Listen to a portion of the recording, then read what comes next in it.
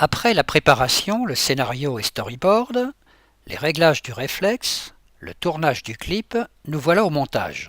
C'est la partie post-production. Comme d'habitude en photo, j'ai transféré mes fichiers depuis ma carte mémoire vers le disque dur de mon ordinateur.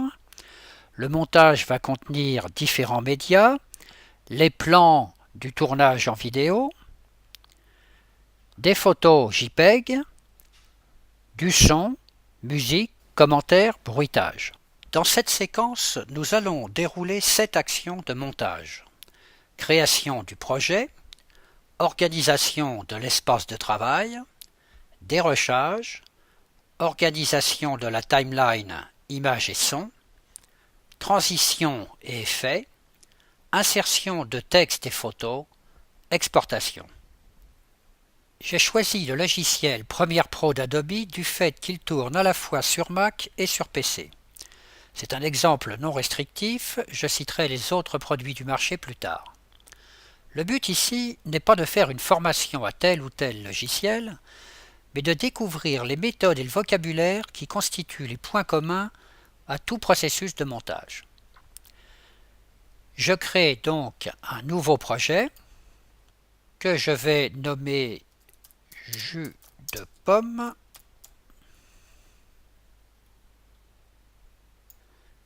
Concernant le choix du format d'enregistrement, je suis les préconisations Nikon.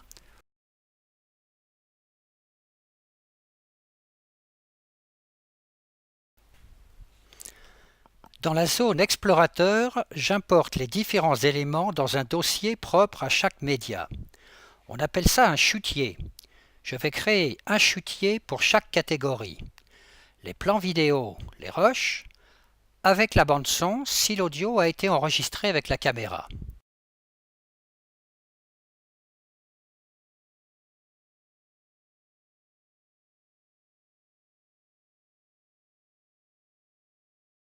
De la même façon, j'ai créé un chutier photo, les images fixes, et un chutier pour la musique et les sons enregistrés à part, les dialogues, les bruitages, la voix off.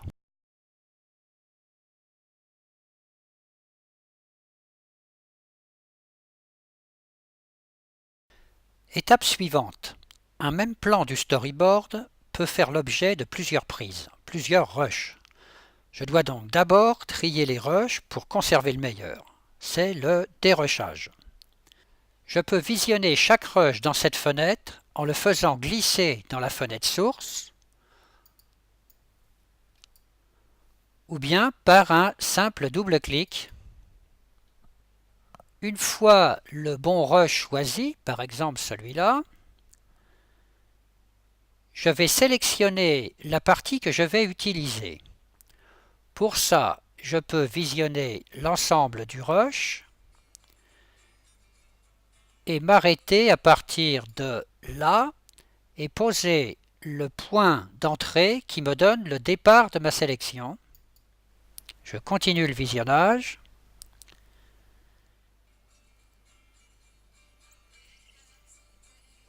Voilà, et je fixe la fin de ma sélection par un point de sortie.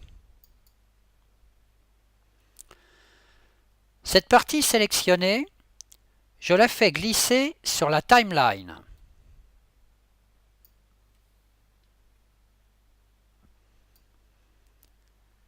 C'est le banc de montage, la zone réservée à l'assemblage des différents éléments, images et audio. Je peux agrandir l'échelle pour mieux apprécier l'élément vidéo que je viens de placer. Le résultat du montage apparaît dans la fenêtre de droite ici. Je constate que je dispose de plusieurs pistes vidéo pour placer des images et des pistes audio pour le son. Je pourrais ajouter des pistes si nécessaire ou en supprimer. Par exemple, supprimer des pistes audio.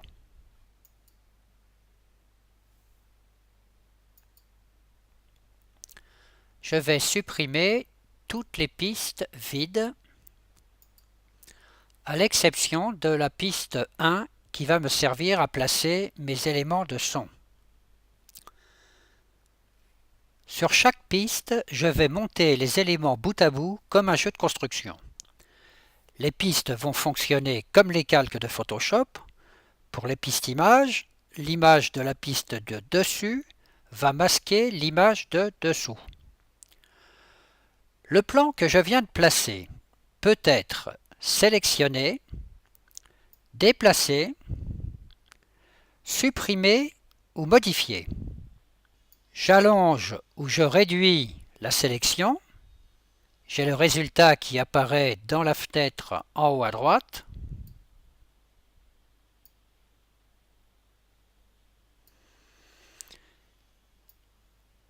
Et je peux visionner à partir d'un temps indiqué ici dans l'échelle de temps.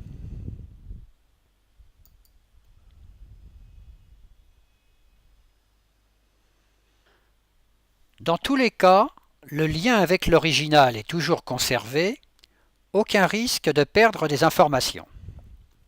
Je vais maintenant ajouter un second plan au premier. Je vais sélectionner ce plan dans mes rushs.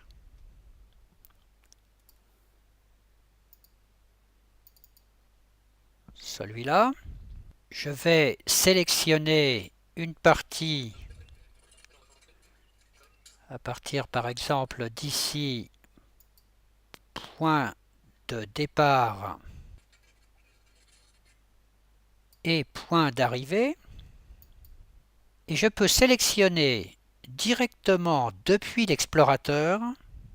Seule la partie sélectionnée dans la source sera placée sur la timeline, bande audio comprise, si elle est présente dans le fichier.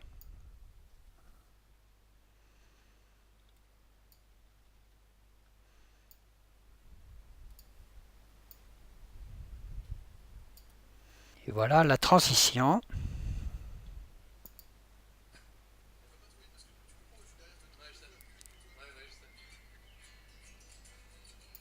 Je peux éventuellement réduire cette partie et recoller l'élément à sa position précédente.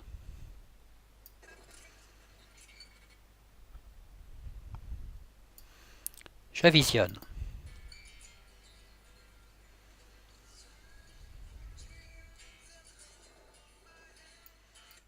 Concernant le son, au moment de la position de ce plan, de ce rush, une bande son numéro 2 s'est créée, une bande audio. Avec le son synchronisé avec l'image, le son qui a été enregistré au moment de la prise de vue. Mais ce son n'est pas le son correct. On va rajouter une bande son qui a été enregistrée à part pour la chanson et la synchroniser. Il faut donc d'abord que je supprime cette nouvelle bande son. Je vais rompre le lien qu'il y a entre son et image. Et je vais donc sélectionner uniquement la bande son et la supprimer. Je vais la remplacer par la bande son de la chanson qui a été enregistrée à part. Et le montage en fait va se réaliser par rapport à cette bande son. Les plans images seront montés bout à bout au rythme de la musique et surtout synchronisés précisément selon la diction des acteurs.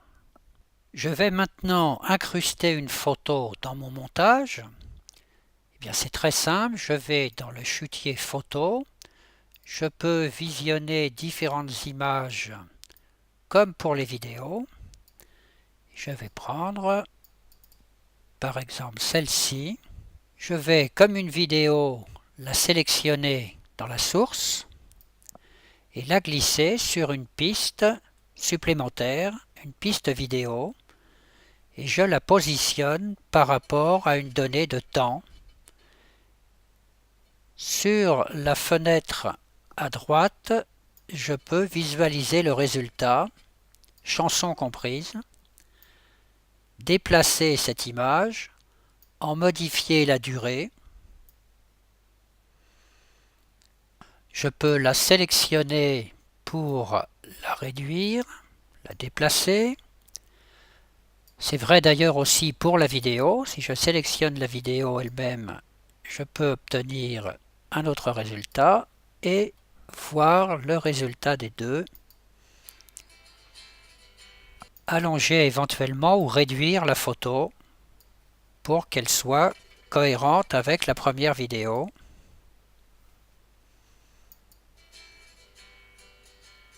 Je vais maintenant faire une transition entre mes deux plans vidéo ici. Je vais chercher les effets qui correspondent un peu aux filtres de Photoshop. Il y en a une grande quantité. On va faire quelque chose de très simple, une transition vidéo par un fondu enchaîné qui est le plus classique. Et il suffit de glisser cette option dans la vidéo qui est ici.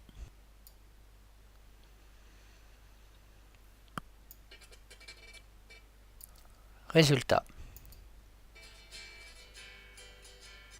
La durée du fondu peut être modifiée ici.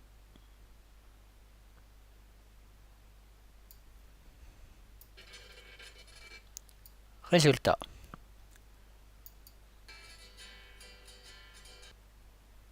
Je peux jouer aussi par exemple sur les transparences, un peu comme sur les calques de Photoshop.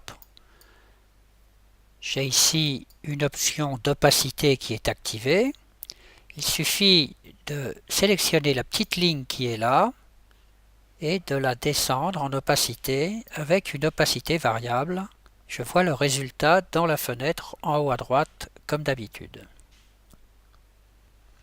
Si je fixe une image clé à un point et une autre image clé à ce point, je peux également faire varier l'opacité progressivement. On va faire une opacité maxi au départ.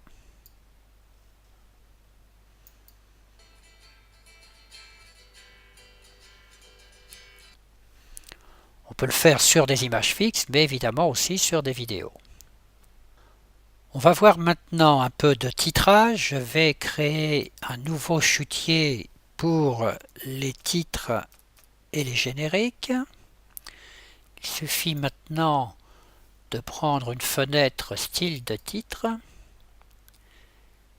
Et ici, je vais créer le titre par rapport à la vidéo et au placement sur la timeline. Je choisis un style quelconque qui existe déjà. Je pourrais le modifier de toute façon en permanence.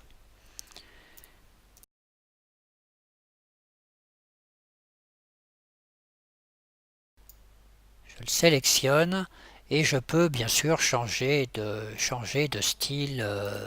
J'en ai toute une quantité ici.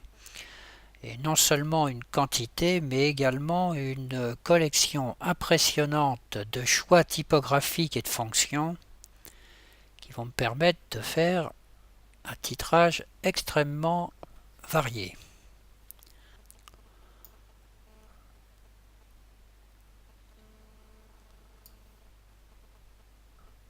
Voilà, le titre s'est créé dans le chutier de titre. OK. Je peux maintenant le placer soit directement en vue sur la source, ou bien directement aussi sur une piste vidéo. Je vois le résultat ici et je pourrais évidemment le modifier à la fois en positionnement, en temps et revenir éventuellement sur la typographie. Je retrouve ma fenêtre avec toutes les fonctions nécessaires. Voilà, on a fait un tour rapide d'un exemple de processus de montage très simple à la portée de chacun pour un résultat plus que présentable. On est loin d'avoir tout exploré. Premiere et les logiciels professionnels proposent une profusion de fonctions, d'options et d'effets spéciaux concernant l'image et l'audio qui font l'objet de formations spécialisées. À la fin de cette aventure, il faut maintenant en diffuser la production. Exporter ce montage afin d'en assurer la diffusion vers des domaines divers. Les différents formats de fichiers vidéo et les codecs sont très complexes pour le néophyte. Les codecs sont des procédés de compression et de décompression des signaux numériques. Je vais donc me limiter à un exemple standard pour des utilisations courantes, particulièrement pour une présentation sur le web, ce qui représente la destination essentielle d'une pomme. Petite œuvre multimédia. Je vais donc choisir dans les formats le H264 qui est un standard et dans une qualité qui est celle qu'on avait choisie depuis le début préconisée par Nikon, le haute définition 720p à 24 images secondes.